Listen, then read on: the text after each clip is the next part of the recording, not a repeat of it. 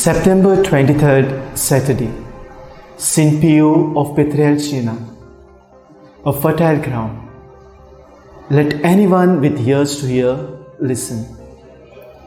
Jesus invites us today not to remain just the hearers of the Word of God, but doers in its true literal sense.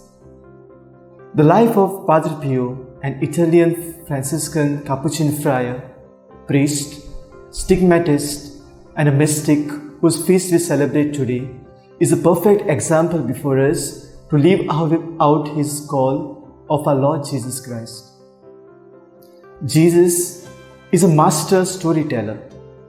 The day-to-day events and the items used by the people become the subject matters of his parables, which convey profound messages about the love of God and the nature of his kingdom.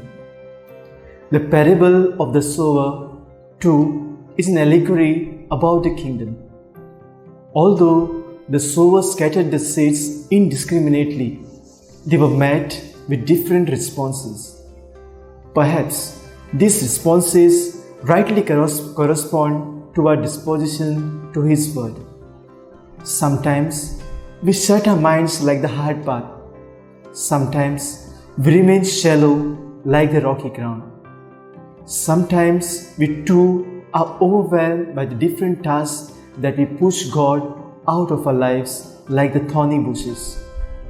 Saint Padre Pio was a man who readily accepted the word of God and bore abundant fruits during his lifetime. He radiated the joy and peace of Christ to thousands of souls who sought his guidance at the confessional. The task before us today is to find those areas of our lives where we are hesitant to let God enter. Pray and practice.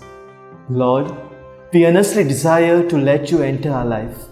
Help us identify those tendencies in our life that are not conducive to flourishing your word.